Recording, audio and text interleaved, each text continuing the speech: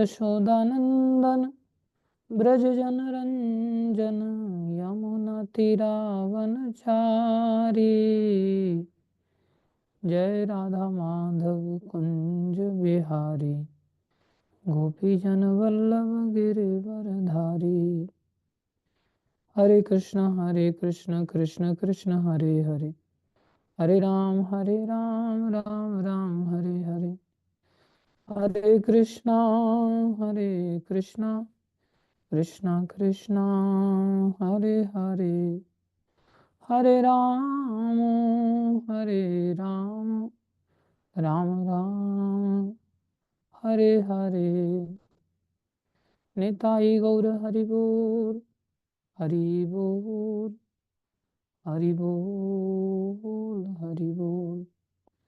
जय जय प्रभुपाद, प्रभुपाद, प्रभुपाद, प्रभुपाद। जय जय गुरुदेव, गुरुदेव, गुरुदेव, गुरुदेव।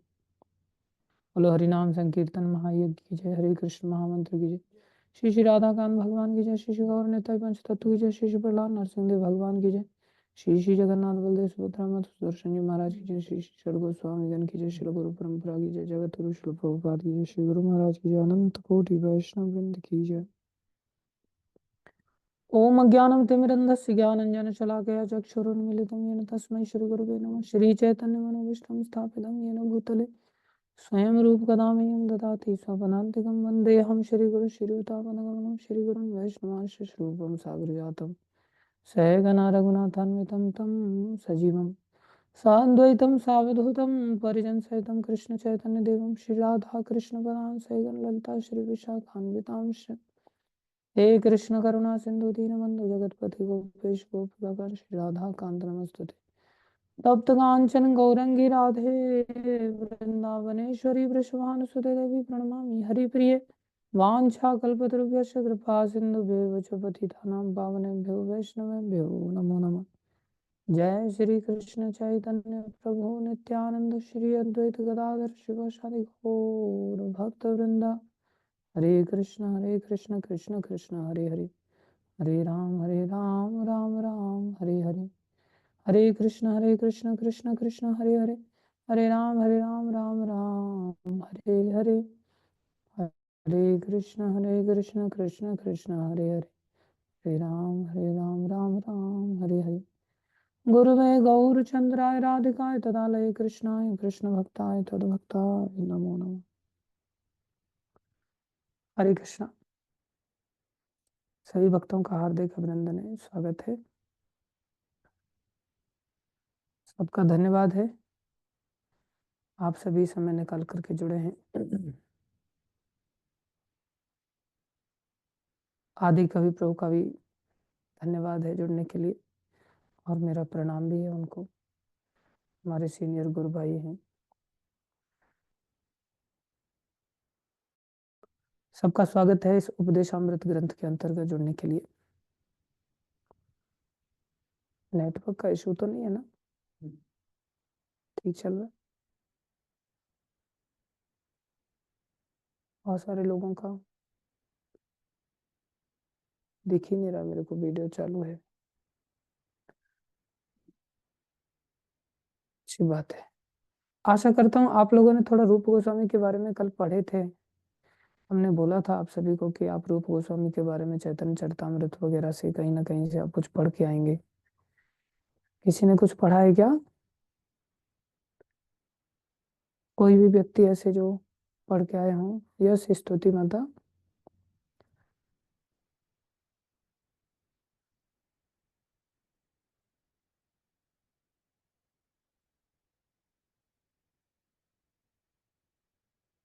हरे कृष्णा।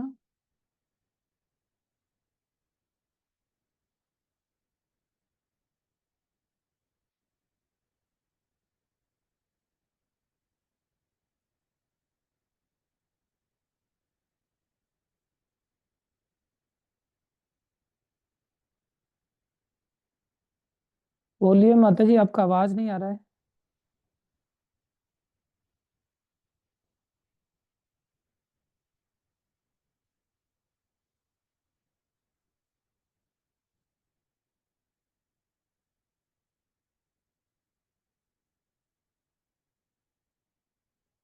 हरे कृष्णा। यस सचिन कुमार जी, आप बताएं।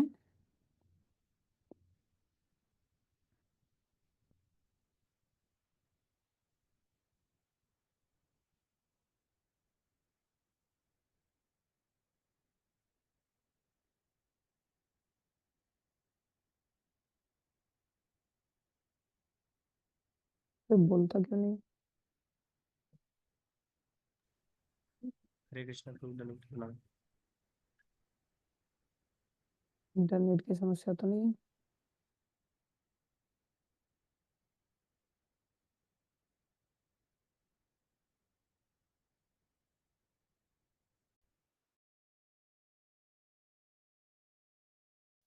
प्रभु जी उनके वहाँ नेटवर्क इशू है, आपका वॉइस क्लियर है, उनकी हरे वॉइस कृष्ण। नहीं आ रही। हरे कृष्ण प्रभु जी, दंडवत प्रणाम। प्रभु जी, रूप गोस्वामी के बारे में कल आपने पढ़ाया था, तो हमने रूप गोस्वामी पाद के बारे में थोड़ा पढ़ा कि रूप गोस्वामी पाद जो थे वो एक स्पिरिचुअल लीडर, जो रूप गोस्वामी थे वो चैतन्य महाप्रभु के एक डायरेक्ट डिसाइपल थे। तो उन्होंने हमें बताया कि किस प्रकार हमें कृष्ण भक्ति में प्रोग्रेस करनी है। एंड द टॉप वॉस जो रूप गोस्वामी पाद ने लिखे, Hari Bhakti Rasamrita Sindhu and Ujjwala Nilamani.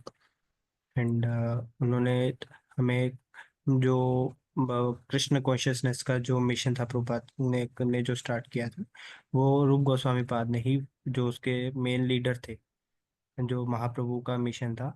And he is the most leader between 6 acharyas, जो षड गोस्वामी थे उनमें से टॉप मोस्ट ग्रेट, आचार्य थे। ग्रेट, बहुत अच्छे, थैंक यू। आपके लिए हम तालियां बजाते हैं। और आप अच्छे प्रचारक भी बन सकते हैं, हो सकता है आप अच्छे प्रचारक बाय डिफ़ॉल्ट हैं भी, और आने वाले समय में अच्छे आप लेक्चरर बन सकते हैं भक्ति मार्ग के लिए। मेरी शुभकामनाएं आपके साथ हैं। आप इसी प्रकार से अच्छी तरह से पढ़िए और ऐसे ही डिलीवर करना सीखिए as it is. Thank you. Yes, Gauri Devi माता जी।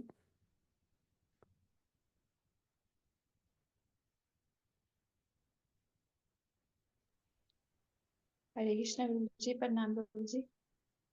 प्रणाम माता जी। प्रभु जी, मैंने तो थोड़ा सा ही पढ़ा था, थोड़े श्लोक ही पढ़े थे आगे वाले, जैसे आपने बताया था 19 चैप्टर का, मध्य लीला का। तो उसमें बड़े ही अच्छा वर्णन था रूप गोस्वामी जी का। तो मतलब कैसे हुसैन शाह के जब वो वहाँ पे नौकरी करते हैं, तो फिर मतलब बड़ा चैतन्य महाप्रभु से मिलने के लिए, चैतन्य महाप्रभु के बारे में जब पता चलता कि वो वृंदावन जा रहे हैं, वृंदावन से आ रहे हैं, तो मतलब कैसे वो उनके उनके पीछे मतलब जाते हैं। मतलब उन्होंने अपनी नौकरी छोड़ दी, और सरकारी नौकरी छोड़ दी, और इतनी मतलब कठिनाइयों का भी सामना किया चैतन्य महाप्रभु जी से मिलने के लिए। उनका बड़ा मतलब बहुत ज़्यादा प्रेम था चैतन्य महाप्रभु जी के साथ। और उन्होंने मतलब मेरे को तो पढ़ के बड़ा ही बहुत अच्छा लगा उनका चरित्र। बहुत ही ज़्यादा, बहुत डीपली था, जो मतलब हार्ट को टच हो रहा था। करेक्ट, तो करेक्ट। मैंने थोड़े ही श्लोक पढ़े थे प्रभु जी। Thank you, thank you, thank you. मैं हार्ट को टच कराना ही चाहता था, और इसलिए क्योंकि मैं तो टच करा नहीं सकता था, लेकिन कृष्णदास कविराज गोस्वामी इतना सुंदर इतना चरितमृत लिखते हैं, कोई जी व्यक्ति का हार्ट टच हो सकता है। तो मेरा आप सभी से निवेदन है, कुछ ही लोगों ने पढ़ा है, जो लोग हाथ खड़ा कर रहे हैं, बहुत सारे लोग अरे क्या पढ़ना, ठीक है प्रभु जी का काम है पढ़ाना, हम खुद से क्यों पढ़ें ऐसा नहीं है, जंगल के राजा शेर को भी शिकार करना पड़ता है। हम सभी को भी थोड़ा सा मेहनत तो करना चाहिए, और तभी हम वास्तव में कनेक्ट कर पाएंगे अपने आप को। तो रूप गोस्वामी के विषय में हमने कल थोड़ी चर्चा की थी, और पुनः मैं आप सभी से रिक्वेस्ट करूंगा कि आप सब लोग भी प्लीज़, जब तक ये कोर्स चलता है ना, तब तक रूप गोस्वामी के बारे में आप डेली थोड़ा बहुत पढ़ सकते हैं, और आपको बहुत अच्छा लगेगा। चैतन्य चरितामृत में बहुत सुंदर वर्णन किया है रूप गोस्वामी के बारे में। हम भी प्रयास करेंगे, लेकिन समय बहुत कम रहता है, तो फिर क्या क्या प्रयास करें, और भी चीज़ें आगे बढ़ना होता है। हम लोगों ने कल चर्चा किया था बेस्ट डेस्टिनेशन क्या है संसार में, ऑल इन वन किसके अंदर है? भगवान श्री कृष्ण के अंतर्गत हैं। तो हमारे जीवन का लक्ष्य भगवान श्री कृष्ण को पाना होना चाहिए। सारे शास्त्रों का यही सिद्धांत है जो हमें साध्य के बारे में बताते हैं कि हम कहाँ संसार में मक्खी मच्छरों की तरह जैसे चींटी घूमती रहती है, ऐसे हमें घूमने की आवश्यकता नहीं है। हमें बेस्ट डेस्टिनेशन भगवान श्री कृष्ण की प्राप्ति करनी है, जो साध्य वस्तु है। साधन क्या है भगवान को पाने के? अलग अलग साधन हो सकते हैं, कर्म हो सकता है, ज्ञान हो सकता है, योग हो सकता है, लेकिन ये सब साधन बेस्ट साधन नहीं है। बेस्ट साधन है जिसे कहते हैं साधन मतलब भक्ति, अर्थात भक्ति ही फ्लाइट की तरह है जिसके माध्यम से हम भगवान तक पहुंच सकते हैं। तो उस भक्ति को लेकर के चैतन्य महाप्रभु ने इन आचार्यों को नियुक्त किया, जो विशेष रूप से 6 गोस्वामी के रूप में हमारे लिए उपलब्ध कराए भगवान ने। ये 6 गोस्वामी साधारण नहीं है। वास्तव में चैतन्य महाप्रभु कौन है? श्री कृष्ण चैतन्य राधा कृष्ण नहीं अन्य, जो स्वयं श्री राधा कृष्ण ही है।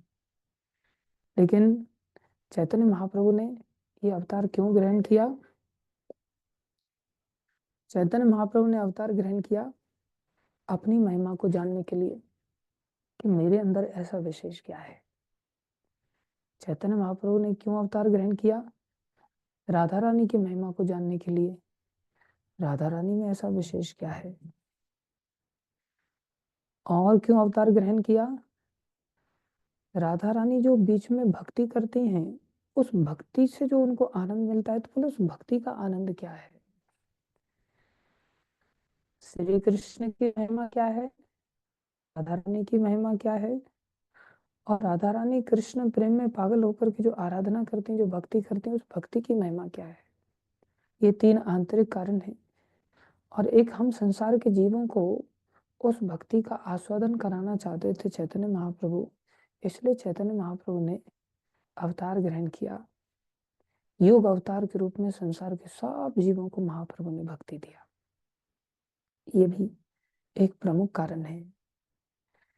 तो अभी हम इतना ही याद रखें, इन 4 कारणों के कारण भगवान चैतन्य रूप में आते हैं। तो जब भगवान चैतन्य बनते हैं तो सन्यासी के रूप में भगवान अभी रोल अदा कर रहे हैं। भक्त बन गए ना, कृष्ण है, राधा रानी का भाव लेकर के आए हैं, तो भक्त बन करके अभी सन्यासी के रूप में हमारे लिए प्रकट हैं। तो उनके जो पार्षद हैं, ललिता विशाखा, राधा रानी के जो पार्षद, राधा कृष्ण दोनों ही हैं, तो दोनों के पार्षद भी आते हैं। जैसे ललिता जी हैं, विशाखा जी हैं, ये सभी अलग अलग अवतारी पुरुष प्रकट हुए महाप्रभु के पार्षद बन करके। बलराम जी हैं, सब आए, सब भक्त बन करके आए। ऐसे ही जो 6 गोस्वामी, ये कौन है? बोले ये भी जो राधा रानी के जो पार्षद हैं, ललिता विशाखा आदि, उनके भी नीचे जो पार्षद हैं, उनके नीचे जो उनके सेवक सेविकाएं हैं, जिन्हें मंजरी कहते हैं, वो मंजरी स्वरूपा हैं ये 6 गोस्वामी। तो ये 6 गोस्वामियों का रोल बहुत विशेष रोल है। पार्षदों का भी रोल रहा है। पार्षदों का क्या रोल रहा है? जैसे वृंदावन दास ठाकुर हैं, उन्होंने चैतन्य महाप्रभु के ऊपर, उनकी लीलाओं के ऊपर बड़े सुंदर सुंदर ग्रंथ लिखे हैं। मुरारी गुप्त हैं, उन्होंने बड़े सुंदर सुंदर चैतन्य लीला पर ग्रंथ लिखे हैं। तो जो चैतन्य महाप्रभु के जितने भी बंगाली एसोसिएट्स हैं, ज्यादातर उन सभी ने चैतन्य लीला का बहुत मार्मिक वर्णन किया है। कोई भी व्यक्ति उनकी उस मार्मिकता की ओर आकर्षित हो सकता है। इतना सुंदर चैतन्य महाप्रभु की लीलाओं का वर्णन किया है। लेकिन जो 6 गोस्वामियों हैं, इन्होंने लीलाओं का इतना वर्णन नहीं किया है, इन्होंने फिलोसफी का वर्णन किया है कि कैसे हम फिलोसफिकली चीजों को समझें। हालांकि बड़े विशेष विशेष ग्रंथों को लिखा है सनातन गोस्वामी ने, रूप गोस्वामी ने। जैसे बृहद भागवतामृत लिखा है, उसमें सारे भागवत का सार है, लेकिन उसमें भी उस प्रकार की लीलाओं का इतना विस्तार से डीप में वर्णन नहीं किया है। उसमें भी प्रिंसिपल यही समझाया है कि कैसे गोलोक वृंदावन धाम सबसे बेस्ट डेस्टिनेशन है। वैकुंठ आदि और इंद्रलोक, स्वर्गलोक, महरलोक, जनलोक, तपलोक, सत्यलोक, इनसे भी ऊपर वैकुंठ आदि, और उनसे भी ऊपर फिर अयोध्या धाम आदि, और उससे भी ऊपर जाएंगे। और ऊपर जाकर के फिर लास्ट में गोलोक धाम की महिमा का ही वर्णन किया। लक्ष्य यही है कि कैसे सीढ़ी दर सीढ़ी हर व्यक्ति को समझाया जाए, एक सिस्टमेटिक रास्ता समझाया जाए जिससे कोई भी व्यक्ति उस रास्ते से भटके नहीं। फिलोसफिकली जो उसका मन है, जो मनोरंजन के रूप में कई बार लीलाओं की ओर आकर्षित हो सकता है, कहानी के रूप में लीलाओं को सुन सकता है, समझ सकता है, लेकिन फिलोसफिकल अंडरस्टैंडिंग उसको यही रहती है कि भाई पैसे से ही संसार चलेगा, पैसे से ही जीवन निर्वाह होगा। ठीक है, थोड़ी देर के लिए मन को शांत करने के लिए हम जाकर के कथा सुन सकते हैं, लेकिन भक्ति करनी है और भक्ति इतना सिस्टमेटिकली करनी है। जैसे सिस्टमेटिकली हम पढ़ाई करते हैं पीएचडी तक, ऐसे ही भक्ति भी बड़ी सिस्टमेटिकली करनी है। ये बात 6 गोस्वामियों ने अपने ग्रंथों में सिखाया। चैतन्य महाप्रभु ने उनको यही मुख्य रूप से 4 आदेश दिए थे जो कल हमने चर्चा किया। टेम्पल्स बनाइए, टेम्पल्स के साथ साथ ऐसी बुक्स लिखिए, शास्त्र लिखिए जिससे लोग शास्त्रों को पढ़ करके सिस्टमेटिकली भक्ति करना सीख जाएं।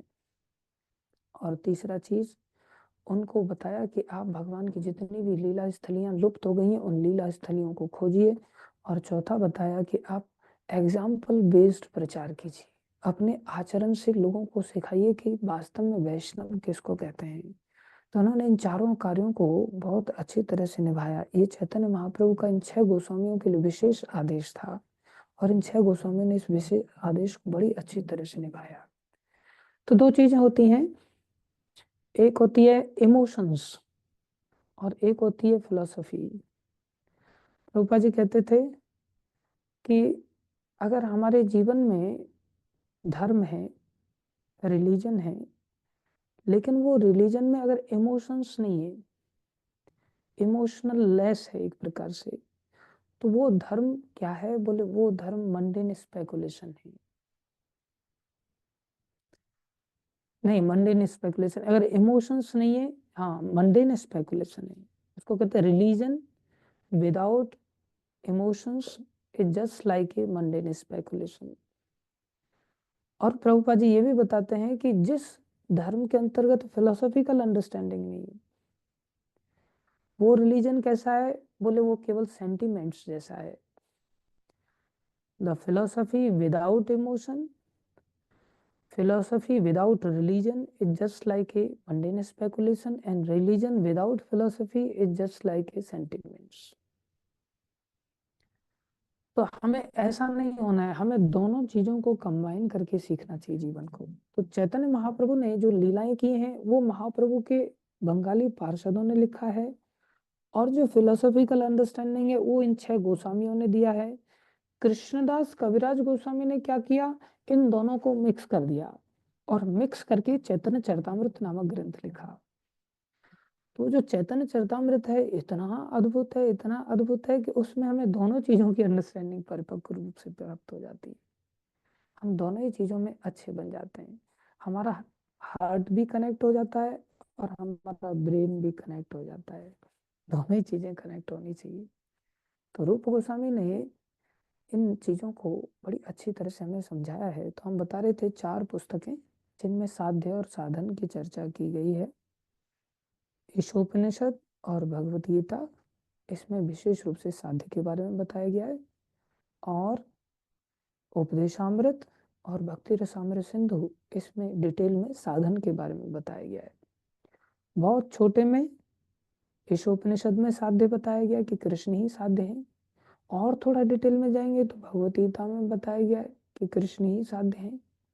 ऐसे ही शॉर्ट में साधन भक्ति है, वो शॉर्ट में भक्ति रसामृत सिंधु के बजाय उपदेशामृत में बताया और डिटेल में भक्ति रसामृत सिंधु में बताया। तो इन 4 ग्रंथों को पढ़ना बहुत जरूरी है। आप लोगों ने भगवत गीता भी पढ़ा होगा, ईशोपनिषद भी पढ़ा होगा, नहीं भी पढ़ा होगा तो अभी हम इसको पढ़ रहे हैं तो हम संक्षेप में इस बात को समझ लें कि कृष्ण को हमें पाना है और कृष्ण को पाने के लिए भक्ति ही एकमात्र उपाय है। और भक्ति को करने के लिए कैसे करना है उसको इस उपदेशामृत ग्रंथ में श्रील रूप गोस्वामी ने बताया है। बहुत सारे ग्रंथ लिखे हैं उन्होंने, उनमें से ये ग्रंथ भी सबसे महत्वपूर्ण ग्रंथ है। तो इसमें विशेष रूप से भक्ति की 9 सीढ़ियां हैं। हम एक बार रोड मैप देख लेते हैं कि हमें क्या क्या पढ़ना होगा इस किताब के अंतर्गत। इसके अंदर 9 सीढ़ियां होती हैं भक्ति की, जो हम शिक्षाष्टकम में पहले ही बता चुके हैं। पहली है श्रद्धा, दूसरा साधु संग, तीसरा भजन क्रिया, चौथा अनर्थ निवृत्ति, पांचवा निष्ठा, छठवां रुचि, सातवां आसक्ति, आठवां भाव और नौवां प्रेम। ये 9 सीढ़ियां हैं जो भक्ति रूपी प्रोसेस में जब हम चढ़ते हैं या भक्ति रूपी गाड़ी में हम चढ़ते हैं तो इसके माध्यम से हम भगवान तक पहुंच सकते हैं। तो इसमें हमें चढ़ना पड़ेगा। तो इसमें टोटल 11 वर्सेस हैं, 11 श्लोक हैं। इन 11 श्लोक में पहले से तीसरे श्लोक तक हमारी श्रद्धा के बारे में विस्तार से वर्णन किया कि हम श्रद्धा को कैसे विकसित करें। जैसे हमें जब पता चलता है कि हाँ हमारे अंदर कोई बीमारी है तो उस बीमारी को लेकर के हम लोगों के साथ चर्चा करते हैं, यार मेरे कोई बीमारी है, कोई डॉक्टर बताओ ना। तो कोई डॉक्टर के बारे में हम एक पॉजिटिव इंक्विजिटिवनेस जब हमारे अंदर जागृत होती है, ये नहीं कि डॉक्टर बड़े लुटेरे हो तो कोई डॉक्टर बताओ मेरे को उसको मारना है, that is called negative inquisitiveness कि लोग डॉक्टर लोग लुटेरे। तो ऐसा नहीं, डॉक्टर से मेरे को रोग दूर कराना है तो डॉक्टर बताओ ना। तो डॉक्टर के बारे में जो श्रद्धा है, इसी का नाम श्रद्धा कहते हैं कि डॉक्टर की जानकारी को लेकर के, ऐसे ही किसी भक्त की जानकारी को लेकर के हम अपने अंदर जिज्ञासा करें कि कोई अच्छा भक्त बताओ ना, मेरे को उसके माध्यम से अपने भव रोग को दूर करना है, इस संसार की जन्म मृत्यु जरा व्याधि के रोग को दूर करना है, इस भव अग्नि को दूर करना है, जो संसार दावानल की तरह सारे संसार में जो आग लगी हुई है, इस आग को बुझाना है। तो इसके लिए जो हम थोड़ा रेस्पेक्ट रखते हैं भक्तों के प्रति, इसको श्रद्धा कहते हैं। ये पहले से तीसरे श्लोक तक बताया गया है। चौथे से छठवें श्लोक तक साधु संघ के बारे में बताया गया है और 7वें श्लोक में भजन क्रिया, अनर्थ निवृत्ति, निष्ठा और रुचि तक बताया गया है। 8वें श्लोक में आसक्ति रूपी सीढ़ी का डिटेल एक्सप्लेनेशन है और 9 से 11 तक श्लोक उसमें भाव और प्रेमा भक्ति के बारे में बताया गया है। तो ये हम ध्यान रखें कि पहला किसी डॉक्टर के बारे में जानकारी लेना, फिर डॉक्टर के पास जाना, उसको कहते हैं साधु संग, डॉक्टर के पास जाना। अभी हम भक्तों के पास चले गए। अभी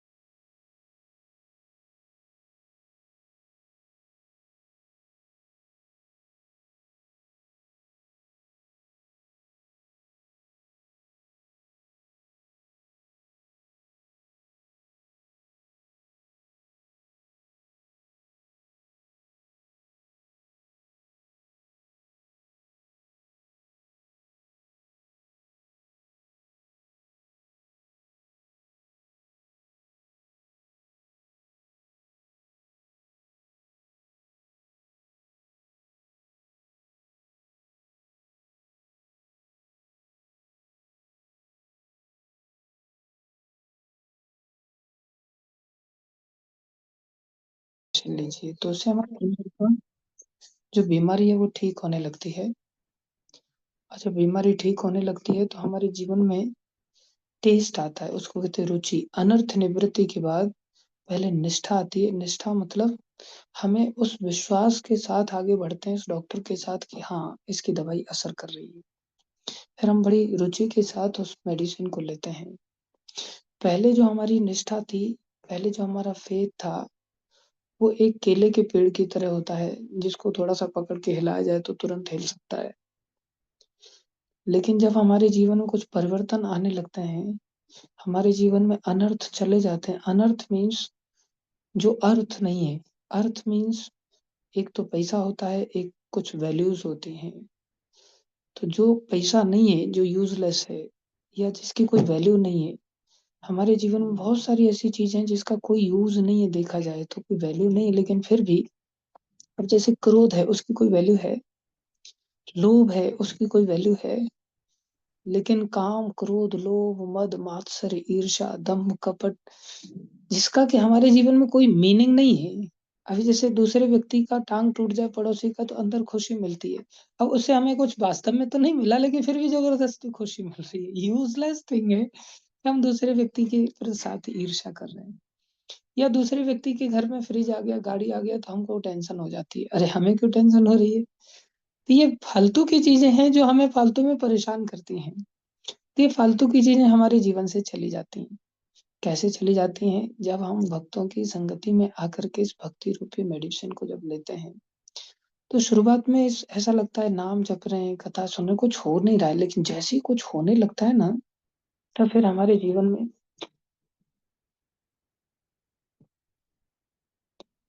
हमारे जीवन में हम वैल्यूज़ को फ़ील कर पाते हैं। तो फिर हमारा जो फ़ेथ है ना, वो केले के पेड़ के जैसा हिलाने वाला नहीं रहता। फिर वो बनियान ट्री की तरह बन जाता है। अब कितने भी लोग आकर के हिलाने भी लग जाएँगे ना, तो भी वो हिलने वाला नहीं है। इसको कहते हैं निष्ठा और निष्ठा जैसे ही आ जाती है, फिर टेस्ट आ जाता है, रुचि आ जाती है।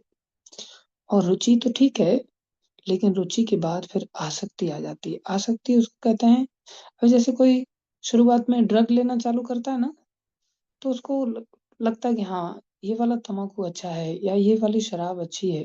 अभी अच्छी लग रही है लेकिन एडिक्टेड नहीं हुआ। एक होता है अच्छी लगते-लगते अटैच्ड हो जाना कि अब उसके बिना नहीं रह सकते। तो उसको कहते हैं आसक्ति। नेगेटिव सेंस हमें थोड़ा अच्छा समझ में आ सकता है इसलिए ऐसा उदाहरण देना पड़ता है, क्योंकि उसके हम एक्सपीरियंस्ड होल्डर होते हैं प्रायः। तो अटैच्ड उसी को कहते हैं कि अब हम अटैच हो गए एक प्रकार से भगवान श्री कृष्ण से अटैच हो गए। तो ये एक आसक्ति एक स्तर है और आसक्ति के बाद फिर भाव, ऐसी अंदर से भावनाएँ उठती हैं भगवान के प्रति निरंतर भावनाएँ उठती हैं और फिर प्रेम जिसमें कि सारे संसार में हमें भगवान कृष्ण के अतिरिक्त और कुछ दिखाई ही नहीं देता है। वो प्रेम की अनुभूति में भगवान सर्वत्र दिखाई देते हैं, जैसे प्रहलाद जी को यतो यतो यामि ततो नरसिंहा। जहाँ-जहाँ मैं देखता हूँ, वहाँ-वहाँ भगवान दिखते हैं। तो इस प्रकार से 9 प्रोसेस हैं और हम भगवान की फिर प्राप्ति कर लेते हैं। तो ये 9 स्टेप्स हैं एक ही भक्ति की। ये 9 स्टेप्स ओवरऑल सारा का सारा इस पुस्तक में बताया गया कि कैसे-कैसे, कौन-कौन से श्लोक में क्या-क्या बताया गया।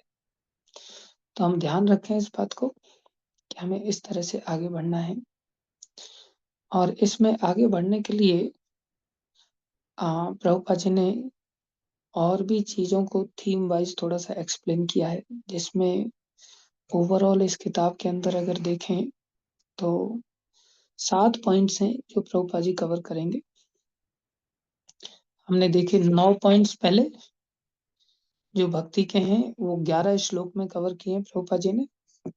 Parallelly Prabhupada ji 7 points cover करेंगे।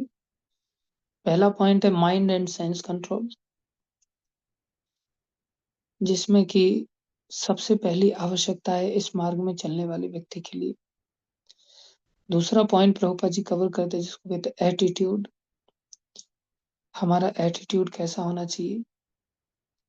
तीसरा इस्कॉन के पर्पस क्या है, कैसे इस्कॉन के पर्पसेस फुलफिल होते हैं और गुरु एंड डिसाइपल का क्या रिलेशन है एक प्रकार से। पांचवा है साधु संग। साधु संग का क्या महिमा है, कैसे हम साधु संग में आकर के अपनी बीमारी को ठीक करते हैं और हम अपने आप में फील कर पाते हैं कि हाँ, भव रोग मेरा दूर चला गया, अब मैं पूरी तरह से स्वस्थ हो गया हूँ। और फिर 6th पॉइंट है जिसमें प्रभुपाद जी डिवोटीज के बारे में बताते हैं कि अलग-अलग तरह के भक्त होते हैं। उन लोगों के अलग-अलग प्रकार के व्यवहार होते हैं। उन भक्तों के अलग-अलग क्वालिफिकेशंस होती हैं। तो टाइप्स ऑफ डिवोटीज कह सकते हैं, उनके अकॉर्डिंगली बिहेवियर कह सकते हैं, और उस चीज की क्या क्वालिफिकेशन लगती है, वो सारी चीजें प्रभुपाद जी वर्णन करते हैं। और लास्ट में भक्ति का पूरा निरूपण करते हैं, जिसमें अलग अलग स्टेजेस हैं और उन स्टेजेस को कैसे हम पार कर सकते हैं, कैसे हम अपने आप में उसमें डेवलप कर सकते हैं। तो ये सारे पॉइंट्स प्रभुपाद जी ओवरऑल इस किताब में वर्णन करते हैं। ये हमारा एक प्रकार से रोड मैप रहेगा इस पुस्तक को पढ़ने के लिए, आप रिलेट कर पाएंगे आगे आने वाली क्लासेस में। आज प्रभुपाद जी का जो आमुख है, हम थोड़ा उसमें पढ़ने का प्रयास कर रहे हैं। कल भी हमने थोड़ा सा प्रयास किया था, आज पुनः हम थोड़ा पढ़ रहे हैं उसको और कवर करेंगे काफी कुछ। आप भी रिफ्लेक्ट किया जाएगा स्क्रीन पर आपके, आप भी पढ़ पाएंगे। देखो, सबसे बड़ी बात प्रभुपाद जी कैसे इस ग्रंथ की शुरुआत कर रहे हैं, संसार में ऐसा बहुत दुर्लभ पाया जाता है। जैसे कल श्यामानंद प्रभु महिमा मंडन कर रहे थे हमारा एक प्रकार से, तो अंदर से बड़ी खुशी हो रही थी कि हाँ, अच्छी बात है। लेकिन भागवत में प्रथम महाराज कहते हैं कि कोई सभ्य व्यक्ति है ना, उसको अपनी स्तुति सुनकर के खुश नहीं होना चाहिए। अगर वो सभ्य है, तो सभ्य किसको कहते हैं? जो सभा को तार दे उसको सभ्य कहते हैं। जिसमें इतनी ताकत हो कि अगर सभा एकत्रित है, उसमें कई सारे लोग इकट्ठे हैं, उन सारे सभासदों को अगर वो उद्धार कर दे, उसको सभ्य व्यक्ति कहते हैं। क्योंकि उस सभा के लोगों ने उसको लीडर चुना है, और लीडर चुनने के कारण उस लीडर का उत्तरदायित्व है कि अपने सबॉर्डिनेट्स का वो उद्धार कर सके, इसलिए वो सभ्य कहलाता है। तो जो सभ्य व्यक्ति है, बोले उसको कैसा होना चाहिए? बोले वो सभ्य व्यक्ति कहलाता है जो अपनी स्तुति को सुनकर के अंदर से इतना दुखी हो जाए, जैसे किसी जाने माने हस्ती व्यक्ति को, जिसने कभी किसी शराब को हाथ नहीं लगाया हो, और उसके बारे में कोई व्यक्ति कहने लगे, आपको तो मैंने रंगे हाथों पकड़ा शराब पीते हुए, और वास्तव में पीते हुए उसने पकड़ा हो, और वो बड़ी चोरी से समझदारी से पीने का प्रयास कर रहा था, लेकिन पकड़ा गया। उस स्थिति में उसको सभा के बीच में अगर बोला जाए तो उसको कैसा लगे? उसको ऐसा लगेगा कि अभी धरती फट जाए और मैं अभी इसी में समा जाऊं। इतना उसको बुरा लगेगा, उसको सामना करना बहुत कठिन हो जाए। अब बेशर्म आदमी के लिए तो कोई दिक्कत नहीं है, लेकिन जो सभ्य व्यक्ति है, उसकी बात की जा रही है। तो प्रभुपाद जी कितने सभ्य हैं, कितने बड़े महात्मा हैं, उनकी इस लाइन से पता चलता है। प्रभुपाद जी क्या लिखते हैं? अभी जैसे सारा आंदोलन प्रभुपाद जी ने शुरू किया, वन मैन आर्मी की तरह शुरू किया, अकेले ही सब कुछ करना। Can you imagine? अकेले ही पुस्तक का ट्रांसलेशन करना, पुस्तक को छपाना प्रूफ रीडिंग के साथ, और छपा करके पुस्तकों का एक बंडल लेकर के बॉक्स में लेकर के अमेरिका जाना, और वहां पर अकेला कहीं किसी के घर में जाकर के कुकिंग करना, और कुकिंग करते हुए उस घर वालों के लिए भी कुकिंग करना। इसको वन मैन आर्मी नहीं कहेंगे तो क्या कहेंगे? और कुकिंग ही नहीं, खुद का, और फिर साथ में प्रोग्राम के लिए लोगों को इनवाइट करना, इनवाइट करके उनको बिठाना, उनके लिए प्रसाद की व्यवस्था करना, उनको प्रवचन देना, उनको कीर्तन करना, जिनको कुछ नहीं आता, जिन्होंने कभी कृष्ण का नाम ही नहीं सुना है, ऐसे लोगों को इतना सब कुछ करना। और पास में जिसके घर में रह रहे हैं, वो घर वाला पास में बैठ करके सिगरेट पी करके वो माता जी प्रभुपाद जी के मुंह पर धुआं छोड़ रही है, जिनका नाम शैली अग्रवाल था, और उसको भी सहन करना। और उस सिचुएशन से फिर एक मैचलेस गिफ्ट, हाँ, रेंट पर लेना, छोटा सा गिफ्ट हाउस, एक प्रकार से छोटा सा शॉप थी, उसको लेकर के उसमें वो आंदोलन चालू करना, फिर पुस्तकें सेल आउट करने के लिए जाना, बुक डिस्ट्रीब्यूशन करने जाना, फिर जो लोग कार्यक्रम में आए हैं उनको प्रसाद खिलाने के बाद वो लोग फिर झूठे बर्तन छोड़ करके जाएंगे, उसको धोना कौन कर सकता है? और फिर ऐसे लोगों को लेकर के एक society banana, international society for Krishna consciousness, ये कोई छोटी बात है? इसको कहते हैं वन मैन आर्मी। अकेले ही प्रभुपाद जी ने सारे आंदोलन को शुरू किया, और फिर ऐसे ऐसे आर्मी के नए लोग भर्ती करना, ठीक है तुम भी भर्ती हो जाओ, तुम भी भर्ती हो जाओ, फटाफट फटाफट सबका सिर मुंडन करके फटाफट भर्ती करना, ऐसे गए गुजरे हिप्पियों को भर्ती कर लेना। कोई व्यक्ति आए, प्रोफेसर बोले मेरे लायक कोई सेवा है, तो अंग्रेजी के टीचर थे, तो अंग्रेजी का ट्रांसलेशन करने के लिए प्रभुपाद जी ने प्रूफ रीडिंग के लिए कोई मैगजीन का दिया उनको, एक मैगजीन तो उन्होंने करके दे दिया बड़ा खुशी के साथ, हाँ ये लीजिए मैंने करके दे दिया। और कोई मेरे लायक से वो तो प्रभुपाद जी ने पूरा बंडल ला करके दे दिया, इसका प्रूफ रीडिंग करना। बोले इसमें तो पूरा जन्म लग जाएंगे कई सारे, बोला इसलिए तो बोले अब आप ये जन्म समर्पित कर दो, सौंप दो, अब ये जन्म कहाँ संसार में भटक रहो, यही काम करो। उनकी नौकरी चाकरी छुड़वा करके बेचारे को समर्पित करा लिया। ऐसे पूरी आर्मी की फौज तैयार करना, जैसे सुभाष चंद्र बोस ने फौज बनाई थी ना, ऐसी पूरी फौज तैयार करना, उस फौज के फिर कमांडर बन करके उनको कमांड करना। तो पहले वन मैन आर्मी से आर्मी चालू किया, फिर पूरी फौज तैयार किया, फिर कमांडर बन गए, और कमांडर ही नहीं वो फाउंडर भी हैं सारी संस्था के।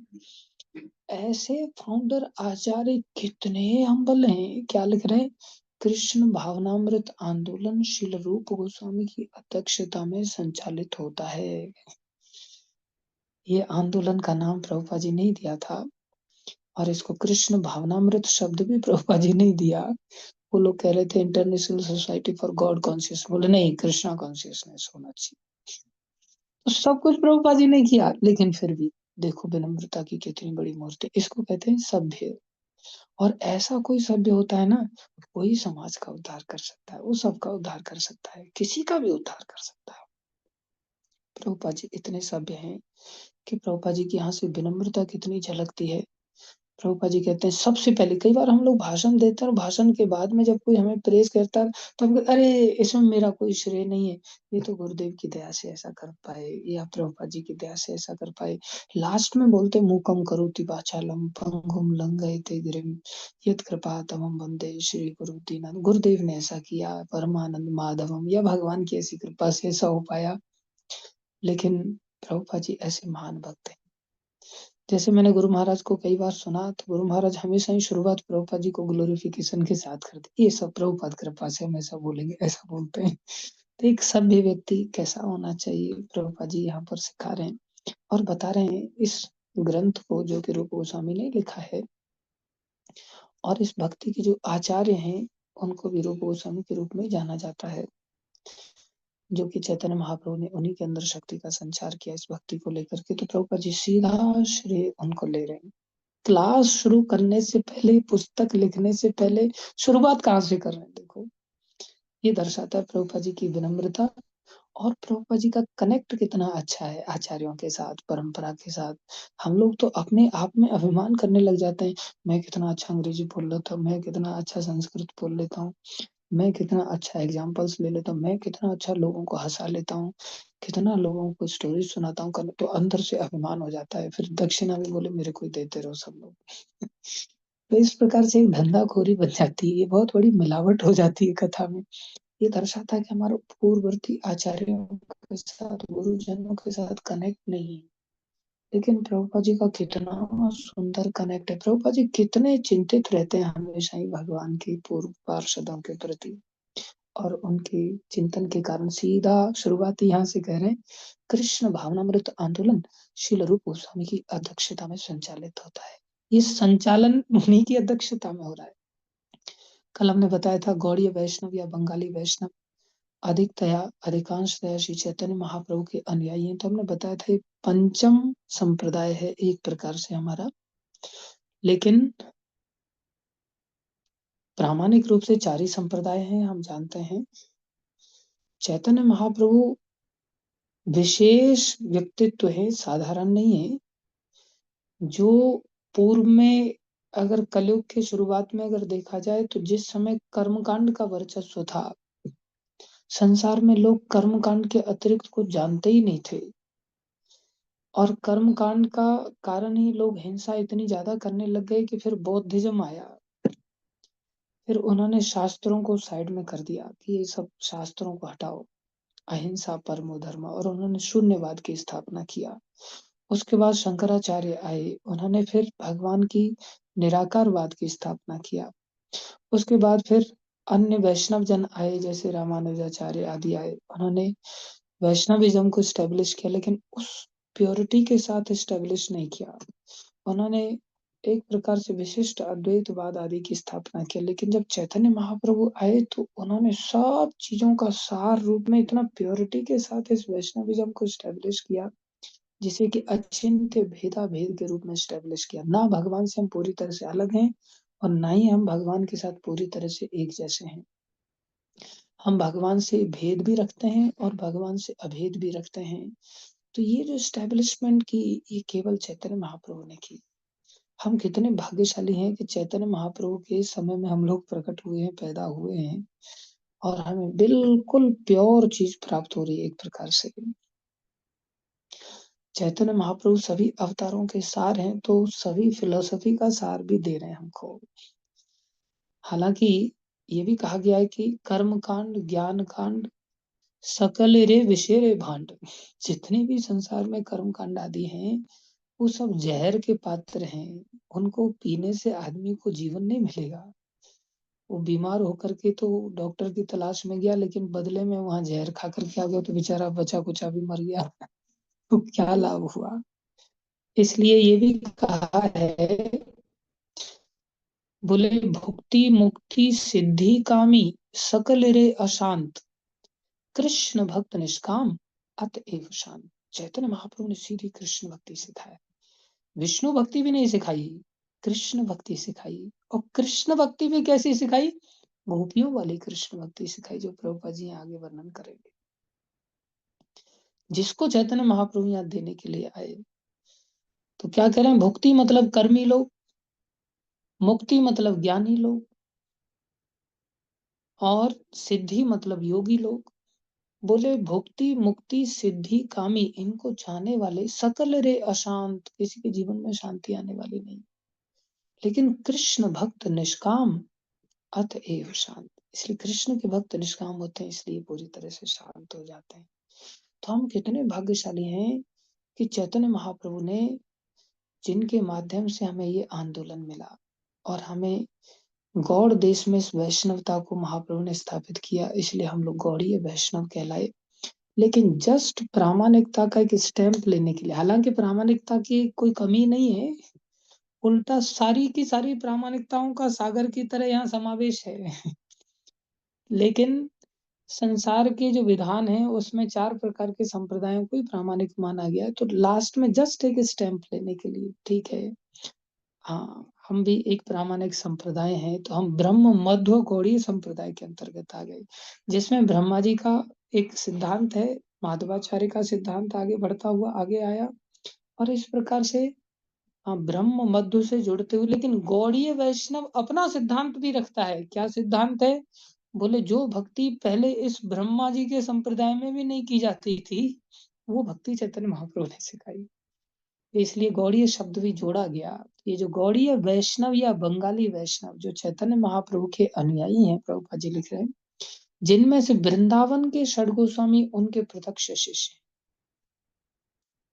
देखो, सबसे पहले महाप्रभु के इस आंदोलन के बारे में प्रभुपाद जी बता रहे हैं और उसमें गोस्वामियों की महिमा को बता रहे हैं कि गोस्वामी कौन है, बोले वो चैतन्य महाप्रभु के प्रत्यक्ष शिष्य। अतएव श्री नरोत्तम ठाकुर क्या कह रहे हैं इन 6 गोस्वामियों के बारे में, रूप रघुनाथ पदे हईवे आकुति, कबे हम बूझिबो से युगल प्रीति। आकुति मतलब अकुला जाना, अकुला जाना मतलब अकुलाहट होना कि अब मैं उनके बिना नहीं रह पा रहा हूँ। रूप रघुनाथ पदे हईबे अकुति, कब मेरा चित्त, अब नरोत्तम ठाकुर 6 गोस्वामियों में से जीव गोस्वामी के शिष्य हैं, लेकिन सारे 6 के 6 गोस्वामियों के सिद्धांतों को जीवन जीने वाले हैं। क्योंकि जीव गोस्वामी के सिद्धांत अपने सिद्धांत नहीं है, वो भी रूप गोस्वामी के अनुगत्य में ही है। इसलिए बोले रूप रघुनाथ पदे, रूप गोस्वामी के प्रति रघुनाथ दास गोस्वामी के चरणों में कब मेरे चरणों को लेकर कब मेरे अंदर अकुलाहट होगी, कब मैं ऐसा फील करूंगा कि अब मैं उनके बिना नहीं जी सकता। बड़ा सुंदर भजन है ये, उन्होंने भेज दिया तो मैं थोड़ा सा गाता हूँ। कहाँ चला गया भाई। गौरांग बोलिते हईवे पुलक शरीर, हरि हरि बोलिते नयने भवे नीर। आर कबे निताई चंद्र करुणा होइबे, संसार वासना मोरे कबे तुच्छ होइबे, विषय छाड़िया कबे शुद्ध होइबे मन, कबे हम हेरिबो श्री वृंदावन। रूप रघुनाथ पदे हईबे अकुति, कबे हम बूझिबो से जुगल प्रीति। तो बहुत सुंदर भजन है ये। यहाँ पदे मतलब चरणों को छूने का, ऐसा नहीं कि कब मैं चरणों को छूऊंगा जाकर के। चरणों को छूना भी अच्छी बात है, बुरी बात नहीं है, चरणों को दबाना भी अच्छी बात है, लेकिन मुख्य है उनके फुट स्टेप्स पर चलना, उनके चरण चिन्हों पर चलना। चरण चिन्हों पर चलने का अर्थ है उनके द्वारा बताए गए रास्ते का अनुसरण करना। ये वास्तव में उनके चरणों में प्रीति का, उनके चरणों में अकुलाहट का, अर्थात उनके इंस्ट्रक्शंस को हम कैसे फॉलो करें। उन्होंने क्या इंस्ट्रक्शंस दिए हैं, तो उस इंस्ट्रक्शन को हमें फॉलो करना है। तो नरोत्तम ठाकुर कह रहे हैं कि अगर मैं 6 गोस्वामियों में जो रूप रघुनाथ आदि गोस्वामी हैं, उनके इंस्ट्रक्शंस में कब मेरे अंदर ऐसी अकुलाहट होगी कि मैं उनके इंस्ट्रक्शंस को फॉलो कर पाऊंगा। और जब हम इंस्ट्रक्शंस को फॉलो करेंगे तो क्या होगा, कभी हम बूझिबो से जुगल प्रीति, तब हम राधा कृष्ण की जो हमारे साध्य वस्तु हैं उनके हम साक्षात दर्शन करेंगे। तो उनके इंस्ट्रक्शंस कहाँ हैं, बोले उनके लिटरेचर में है। तो इमीडिएटली प्रभुपाद जी बता रहे हैं, जब मैं गोस्वामी द्वारा प्रदत्त साहित्य को समझने के लिए उत्सुक होऊंगा, देखो शब्द देखो आप, रूप रघुनाथ पदे हईबे अकुति, और उसका ट्रांसलेशन क्या लिख रहे हैं प्रभुपाद जी, जब मैं गोस्वामियों द्वारा प्रदत्त साहित्य को समझने के लिए उत्सुक होऊंगा। अकुलाना मतलब उत्सुक होना, किस चीज के लिए, बोले साहित्य को समझने के लिए। अब ये रूप गोस्वामी के द्वारा साहित्य दिया गया है, लेकिन अगर हम उत्सुक नहीं है तो 2-4 दिन क्लास सुनने के बाद एब्सेंट मारना चालू कर देंगे, बीच बीच में आएंगे जाएंगे, चोरी चपाटी करके ऑनलाइन फिर आंसर लिख देंगे, और ऑनलाइन आंसर लिख करके सर्टिफिकेट लेकर के दूसरों से पूरी भलाई लेने का प्रयास करेंगे। हम इसके लिए शास्त्र को नहीं पढ़ रहे हैं, हम राधा कृष्ण के साक्षात दर्शन पाने के लिए इस शास्त्र को पढ़ रहे हैं, केवल सर्टिफिकेट के लिए नहीं। ध्यान रहे हमको इस बात का, हमारे अंदर उत्साह होना चाहिए। इसलिए वर्णन किया चैतन्य चरितामृत में, सिद्धांत बलिया चित्ते ना करो आलस, यहाँ हिते कृष्ण लागे सुदृढ़ मानस। सिद्धांत को जानने में आलस्य नहीं करना चाहिए। ये सिद्धांत रूप गोस्वामी ने दिए हैं। भक्ति की जो सिद्धांत है, जो फिलोसॉफिकल अंडरस्टैंडिंग बड़ी सिस्टमेटिकली रूप गोस्वामी ने हमें दी है। तो कह रहे हैं, जब मैं गोस्वामी द्वारा प्रदत्त साहित्य को समझने के लिए उत्सुक होऊंगा, तभी मैं राधा तथा भगवान श्री कृष्ण के दिव्य प्रेम व्यवहार को समझने में समर्थ हो सकूंगा। अन्यथा हम अपनी समझ से समझने का प्रयास करेंगे और हम धोखा खा जाएंगे। इतना समझे सभी भक्त लोग कि हमारा लक्ष्य क्या है, रूप गोस्वामी के लिटरेचर को समझना। समझेंगे तो हम साध्य वस्तु राधा कृष्ण को प्राप्त कर पाएंगे। आगे अभी चैतन्य महाप्रभु के प्रयोजन को लेकर के प्रभुपाद जी वर्णन कर रहे हैं। श्री चैतन्य महाप्रभु का प्रादुर्भाव मानव समाज को कृष्ण विज्ञान का वरदान देने के लिए हुआ।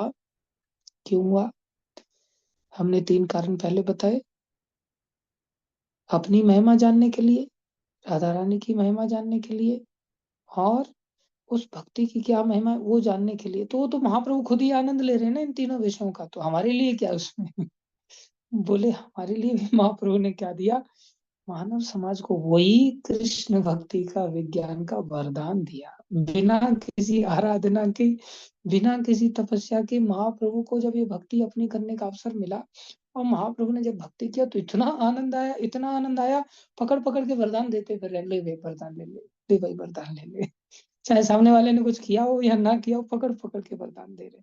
इसलिए ऐसा दाता नहीं देखा होगा। दाता तरह तरह के होते हैं। कुछ लोग तो केवल सामने वाला कोई मांगेगा तब देंगे, ठीक है नहीं। कुछ लोग तो मांगने पर भी नहीं देते, चल आगे बढ़। और कोई व्यक्ति को, भिखारी को देखते तो कुछ लोग दे देते हैं। तो देते हैं तो कुछ लोग क्या देख करके देते हैं, इसकी झोली कैसी है, इसकी औकात कितना मांगने की है, कितना पचा पाएगा, उसके अनुसार देते हैं। लेकिन जिसके पास पात्र भी नहीं है लेने के लिए, उसको पात्र भी देना और उस पात्र में अनमोल वस्तु देना, ये महाप्रभु का काम है। इसलिए इनको सबसे बड़ा दाता कहा गया। इनसे बड़ा और कोई दाता है ही नहीं।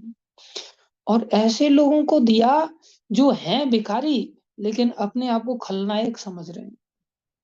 अब बताओ ऐसे लोगों को देना कितना भारी हो जाएगा। एक बार हम कॉलेज से आ रहे थे, तो सामने से एक दारू पी करके व्यक्ति अपने उल्टे हाथ पर चल के आ रहा था, मतलब जो उसे रॉन्ग साइड से चल के आ रहा था, और दारू के नशे में धुत होकर के गाता रहा है सामने से, नायक नहीं खलनायक हूं मैं। अब मैं देख रहा था एक थप्पड़ की ताकत नहीं इसमें, और अपने आप को खलनायक बोल रहा है। कैसा गधा है, इसको अकल इतनी भी नहीं कि कौन से रास्ते पर चलना है। तो अब ऐसे व्यक्ति को दान देना, ऐसे व्यक्ति को वरदान देना कितना कठिन काम है। तो महाप्रभु ने, नित्यानंद प्रभु ने, जगाई मदाई जैसे उदाहरण से हमें पता चलता है कि इन लोगों ने ऐसे लोगों को ये दान दिया, मतलब उनको समझाया कि भाई तुम संसार में भिखारी हो। सबसे पहले तो ये बात समझ लो, तुम नायक खलनायक तो दूर की बात है, तुम भिखारी हो। और तुम्हारी भिक्षा की वृत्ति संसार में कोई पूर्ण नहीं कर सकता, केवल हम ही कर सकते हैं। चैतन्य महाप्रभु ने भक्ति का वरदान दिया, ऐसे दाता। तो महाप्रभु क्या दे रहे हैं, श्री चैतन्य महाप्रभु का प्रादुर्भाव मानव समाज को, हालांकि जीव मात्र के लिए महाप्रभु ने आंदोलन छेड़ा, लेकिन विशेष रूप से मानव समाज को इस आंदोलन की महिमा समझनी चाहिए। कृष्ण विज्ञान, ये विज्ञान है, ये कोई थोपी हुई चीज नहीं है। कृष्ण विज्ञान का वरदान देने के लिए हुआ है। महाप्रभु क्या करते हैं, कितने महान है महाप्रभु, कितने बड़े भगवान हैं। देखो, भगवान चाहते हैं कि मेरे भक्तों का यश फैले, और भक्त चाहते हैं मेरे भगवान का यश फैले। दोनों में होड़ लगी रहती है। तो भगवान सब कुछ देने वाले, लेकिन उन्होंने ये अधिकार 6 गोस्वामियों को दिया। भगवान श्री कृष्ण के समस्त कार्यकलापों में सबसे उत्कृष्ट है कौन सा कार्यकलाप, गोपियों के साथ उनके माधुर्य प्रेम की लीलाएं। श्री चैतन्य महाप्रभु गोपियों में श्रेष्ठतम श्रीमती राधा रानी के भाव में प्रकट हुए, जो हमने चर्चा किया। अतः भगवान श्री चैतन्य महाप्रभु के जीवन कार्य को समझने तथा उनके पद चिन्हों का अनुगमन करने के लिए, अब अगर हमें चैतन्य महाप्रभु को समझना है, जो कृष्ण विज्ञान का वरदान लेकर के आए हैं, तो उनकी इस फिलोसफी को समझने के लिए हमें 6 गोस्वामियों, शील रूप गोस्वामी, शील सनातन गोस्वामी, शील रघुनाथ भट्ट गोस्वामी, शील जीव गोस्वामी, शील गोपाल भट्ट गोस्वामी तथा शील रघुनाथ दास गोस्वामी का अत्यंत गंभीरता पूर्वक अनुसरण करना चाहिए। ये विशेष बात है। इन 6 गोस्वामियों का प्रभुपाद जी यहाँ समझा रहे हैं।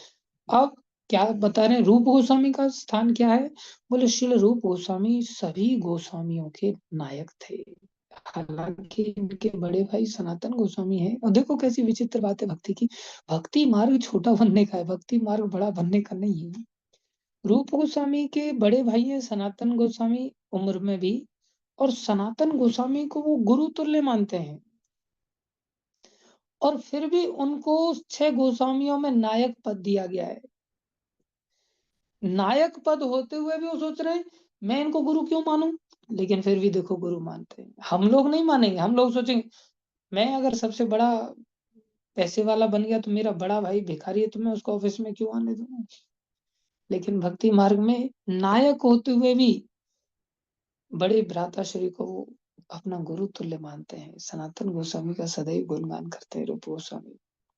और रूप गोस्वामी इतने वैराग्य से रहते हैं। एक बार सनातन गोस्वामी उनसे मिलने के लिए टेर कदम स्थान है ब्रज में, कभी आप आए तो आपको दर्शन कराएंगे, जहाँ भगवान श्री कृष्ण गोचारण लीला करते हैं और भगवान गायों को टेर लगाते हैं। इसलिए उस कदम पर चढ़ने के कारण, टेर लगाने के कारण उस स्थान का नाम टेर कदम पड़ा। रूप गोस्वामी वहीं बैठ करके भजन करते थे। सनातन गोस्वामी आए, सनातन गोस्वामी एकदम से दुबले पतले, बहुत तपस्वी लोग थे, ये लोग भूल जाते थे, भोजन करना भी भूल जाते थे, इतनी आराधना में, इतने भजन में डूब जाते थे। रूप गोस्वामी कह रहे हैं बड़े भैया आए, बहुत दिनों के बाद आए और मैं इनका क्या स्वागत करूं, क्या सत्कार करूं। और ये भी परम बैरागी, ये भी भिक्षा करके रोटी मांग करके खा लेते हैं कभी कभार, जब याद आ जाती है तो। नहीं तो भूल जाते हैं ये भी। मन में सोच रहे अरे इनका शरीर बड़ा दुबला हो गया है, एक काम करते हैं खीर बना करके खिलाते हैं। लेकिन घर में, आश्रम में, कुछ कुटिया में है ही नहीं, ना दूध है, ना चीनी है, कुछ भी नहीं है। और मन में आए, चलो खीर खिलाते, फिर देखा अरे खीर के लिए कुछ है तो है ही नहीं। सिर्फ मन में विचार आया, इतनी देर में अचानक से सामने से आवाज, बाबा। तो देखा सामने एक ब्रजवासी बालिका है, लाली खड़ी है। लाली बोल, बाबा ये लो, दूध ले लो और इसमें थोड़ा सा खीर का सामान है, आप ये ले लो। और आज हमारे यहाँ गाय ने बछिया दी है, तो आप, मैया ने बोला कि आप पहली बार हमारे यहाँ दूध बन गया है, तो दूध पहले बाबा जी को खिलाया जाए, आप ठाकुर जी को भोग लगा देना। और बाबा ऐसा लग, बाबा भैया के साथ बातचीत कर रहे थे, आप बिजी हो, मैं बना दूं खीर? बोले हाँ लाली तू ही बना दे खीर। तो आसपास से कंडे वगैरह इकट्ठे करके वो लाली ने खीर बना दिया, और खीर बना करके बाबा भोग भी लगा दिया मैंने, आप खा लेना प्रसाद। और जैसे ही वार्ता खत्म हुई, उनको लगा कि भोग लग गया, लेकर के भ्राता श्री को खीर दिया। सनातन गोस्वामी ने जैसे ही उस खीर को खाया, एकदम से अष्ट सात्विक विकार जागृत हो गए। एक चम्मच खाते ही प्रेम में भाव विभोर हो गए। पूछने लगे भैया ये खीर कहाँ से आई? चख के देखो जरा इस खीर को, देखो ये खीर आज तक ऐसी कभी जीवन में खीर नहीं खाई, तुम भी चखो, थोड़ा खा करके देखो। जैसे ही रूप गोस्वामी ने खीर खाई, उनके भी सारे शरीर में रोमांच, कंपा, श्रुत रंग भाजो, सारा शरीर में दिव्य अनुभूति होने लग गया। बोले भैया ये लाली कौन थी जो दूध में ये सब सामान डाल करके गई और खीर बना करके गई, पता करके आओ। तो वहां गांव में जाकर के पता किया तो उस नाम की कोई लाली नहीं है, न कोई गाय ब्याई, न बछिया दिया, न कुछ नहीं। वो बोले कोई और नहीं थी, साक्षात राधा रानी थी। ये ऐसे भक्त थे जिनके अंदर इतनी विनम्रता है, अपने बड़े भाई का इतना सम्मान करते हैं, और देखो फिर राधा रानी इनको आकर के खीर बना करके जाती है। तो रूप गोस्वामी के बारे में यहाँ वर्णन कर रहे हैं प्रभुपाद श्री रूप गोस्वामी सभी गोस्वामियों के नायक थे। उन्होंने हमारे कार्यकलापों का मार्ग निर्देशन करने के लिए तथा अनुसरण हेतु, देखो विशेष बात, यह उपदेशामृत प्रदान किया है। बहुत सुंदर बात है। आशा करता हूँ आप सब लोग इसको समझेंगे कि उपदेशामृत किस लिए दिया गया हमको। उपदेशामृत किस लिए दिया गया? ओहो टाइम तो काफी हो गया। अटेंडेंस का जब मैसेज आया तब मैंने टाइम देखा, उससे पहले मेरे को पता ही नहीं था टाइम क्या हो गया। क्षमा चाहते हैं। ध्यान दें, यह उपदेशामृत प्रदान किया है, क्यों प्रदान किया है? शील रूप गोस्वामी सभी गोस्वामियों के नायक थे। उन्होंने हमारे कार्यकलापों का मार्ग निर्देशन करने के लिए, हमें क्या करना है, क्या नहीं करना है, क्या खाना है, क्या नहीं खाना है, क्या बोलना है, क्या नहीं बोलना है, क्या देखना है, क्या नहीं देखना है, क्या सुनना है, क्या नहीं सुनना है, क्या छूना है, क्या नहीं छूना है, कैसे संसार में जो हमारे रोज के कार्यकलाप हैं उनका मार्ग निर्देशन। अगर हम इस पुस्तक को पढ़ने के पश्चात अगर हम कार्यकलापों को इनके अनुसार चेंज नहीं कर पाते, तो ये उपदेशामृत पढ़ने का कोई मीनिंग नहीं रह जाएगा। केवल सर्टिफिकेट पाने के लिए या विद्वान बनने के लिए या दूसरे को पढ़ाने के लिए, झाड़ने के लिए, लेक्चर झाड़ने के लिए अगर हम सीखते हैं, तो वो यहाँ नहीं फुलफिल हमें करना चाहिए। वो संसार बहुत बड़ा है हमारे लिए। लेकिन उपदेशामृत का उद्देश्य क्या है, ये बात प्रभुपाद जी यहाँ पर बता रहे हैं। एकमात्र उद्देश्य है मार्ग का निर्देशन, और उसके लिए तथा अनुसरण हेतु, ऐसा हम करें भी, केवल मार्ग पता है बोले हाँ ये इतना पता है मेरे को, ये करना है, ये करना है नहीं, अनुसरण भी करना होगा। जिस प्रकार श्री चैतन्य महाप्रभु अपने पीछे शिक्षाष्टकम नाम से 8 श्लोक छोड़ करके गए थे, उसी तरह शील रूप गोस्वामी ने हमें उपदेशामृत प्रदान किया है। समझ लो, चैतन्य महाप्रभु का शिक्षाष्टकम, जिसकी हम पहले ही चर्चा कर चुके हैं, 64 लेक्चर्स हो चुके हैं उसके ऊपर। और कितना प्रॉपर अंडरस्टैंडिंग चैतन्य महाप्रभु ने हम सभी को भक्ति की सार रूप में दी। लेकिन उसका और डिटेल एक्सप्लेनेशन जिसमें कि केवल भक्ति को लेकर के विशेष रूप से जो बताया गया है वो है शिक्षाष्टकम। तो शिक्षाष्टकम के पश्चात ही उपदेशामृत, जिससे हम शुद्ध वैष्णव बन सकें। उपदेशामृत का मीनिंग क्या है? शुद्ध वैष्णव बनना, फिलोसोफर बनना नहीं है, या रूप गोस्वामी की इस पुस्तक को लेकर के मार्केट में अपना रौब झाड़ना नहीं है कि मैं कुछ अलग हट के बता रहा हूँ।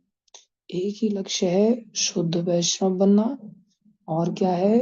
कार्यकलापों का मार्गदर्शन पा करके उसका अनुसरण करना। कल पूछूंगा मैं आप सभी से कि उपदेशामृत का पर्पस क्या है, और रूप रघुनाथ पदे हईवे अकुति इसका मीनिंग क्या है, और प्रभुपाद जी की विनम्रता क्या है। ये सारी चीजें आपसे कल पूछी जाएंगी। आप लोग अच्छी तरह से इन चीज को याद रखना। Thank you. आज के लिए इतना ही। कल के लिए हम आम को पूरा करेंगे और फिर उसके बाद श्लोक। श्रील प्रभुपाद की जय, श्री गुरु महाराज की जय, अनंत कोटि वैष्णव वृंद की जय, आप सबकी जय। हरे कृष्णा, प्रणाम सभी।